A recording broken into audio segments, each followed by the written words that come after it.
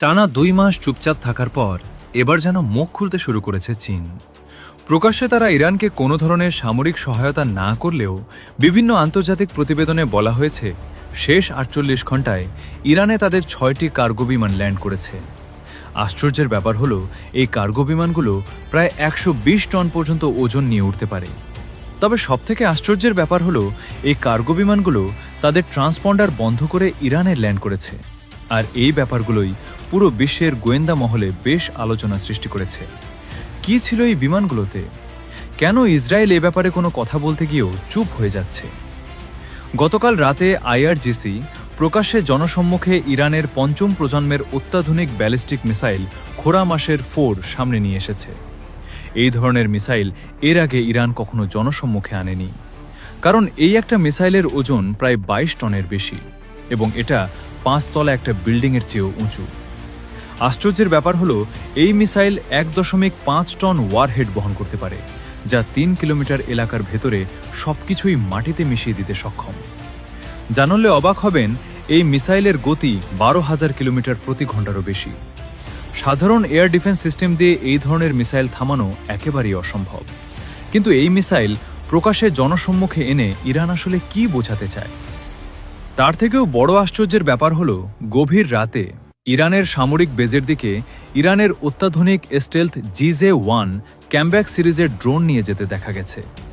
এই ড্রোন ইরানের কাছে কিভাবে গেল এটা নিয়ে পুরো মধ্যপ্রাচ্যে তুমুল আলোচনা চলছে, কারণ এই ড্রোন মধ্যপ্রাচ্যে থাকা যে কোনো কমব্যাট ড্রোনের থেকে উন্নত।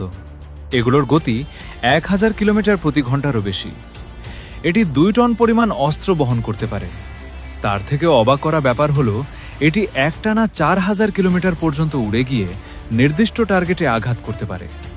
চীন এটাকে এমনভাবে তৈরি করেছে, আধুনিক রাডার সিস্টেম দিয়েও এই ধরনের ড্রোনকে ট্র্যাক করা প্রায় অসম্ভব হয়ে দাঁড়ায়। বিভিন্ন প্রতিবেদনে বলা হয়েছে চীন থেকে ইরানে যে কার্গো বিমানগুলো এসেছে এগুলোর মধ্যে এই ধরনের ড্রোন বা যুদ্ধ সামগ্রী এসে থাকতে পারে। শুধু তাই না, ইরানের দক্ষিণ সীমান্তের মিলিটারি বেজে নতুন ধরনের ট্যাঙ্ক মোতায়েন করতে দেখা গেছে। প্রথম দেখায় এগুলোকে টোর M2 সিরিজের ট্যাঙ্কের মতোই লাগে, কিন্তু আশ্চর্যের ব্যাপার হলো এই ট্যাঙ্ক মিসাইল ছুটতে পারে। এতে মূলত স্বল্প দূরত্বের মিসাইল ব্যবহার করা হয়, কিন্তু এগুলোর গতি 4000 কিলোমিটার প্রতি ঘন্টার কাছাকাছি। এতে রয়েছে অত্যাধুনিক রাডার, যা একসাথে 16টি টার্গেট ট্র্যাক করতে পারে এবং একসাথে 5টি টার্গেটে সরাসরি অ্যাটাক চালাতে পারে। এর কাজ মূলত শত্রুর ছোড়া drone, cruise missile, fighter jet, এমনকি আকাশে ঢুকে পড়া যে কোনো শত্রুকে মোকাবেলা করার জন্য বানানো হয়েছে। কিন্তু এই ধরনের ট্যাঙ্ক ইরানের কাছে আগে কখনো দেখা যায়নি। তাই হঠাৎ করেই ইরানের কাছে এই ধরনের ট্যাঙ্ক কিভাবে এলো এটা নিয়ে বেশ আলোচনা চলছে। তবে বিভিন্ন ইসরায়েলি গণমাধ্যমে বলা হয়েছে ইরানের কাছে অত্যাধুনিক মিলিটারি ডগ থাকতে পারে, যেগুলো ইরান ইতোমধ্যেই তাদের সৈন্যদের সাথে পরীক্ষামূলক ব্যবহার করার গুঞ্জন উঠেছে। এই রোবটিক কুকুরগুলো একটানা 12 ঘন্টার বেশি সময় ধরে সৈন্যদের সাথে লড়াই চালিয়ে যেতে পারে। এর পিঠে যে কোনো ধরনের ছোট অস্ত্র বা ছোটখাটো মিসাইল বহন করতে পারে। যেসব জায়গায় সৈন্যরা যেতে পারে না সেখানে প্রথমে এই রোবট কুকুর পৌঁছে যায়। প্রতিবেদনে বলা হয়েছে ইরান তাদের সামরিক সৈন্যদের সাথে কয়েকশত মিলিটারি কুকুরের ট্রেনিং চালাচ্ছে। তাই ধারণা করা হচ্ছে চীন থেকে ইরানের কাছে এর থেকেও বেশি অত্যাধুনিক মানের মিলিটারি টেকনোলজি আসতে পারে।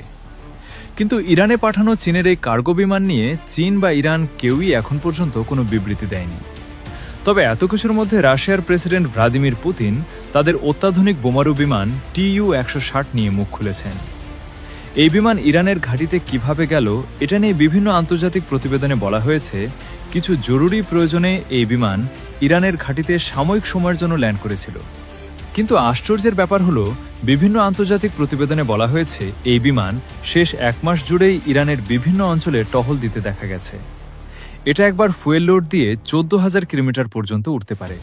এর সর্বোচ্চ গতি 2200 কিলোমিটার প্রতি ঘন্টা এবং একসাথে প্রায় 40 টনেরও বেশি মিসাইল ও গাইডেড বোমা বহন করতে সক্ষম। এত কিছুর পর বোঝাই যাচ্ছে মধ্যপ্রাচ্যের চলমান পরিস্থিতি শুধু একটা দেশকে কেন্দ্র করে নয়, যেখানে সামনের দিকে ইরান থাকলেও হয়তো পেছনের দিকে আরও অনেক বন্ধু রাষ্ট্র রয়েছে।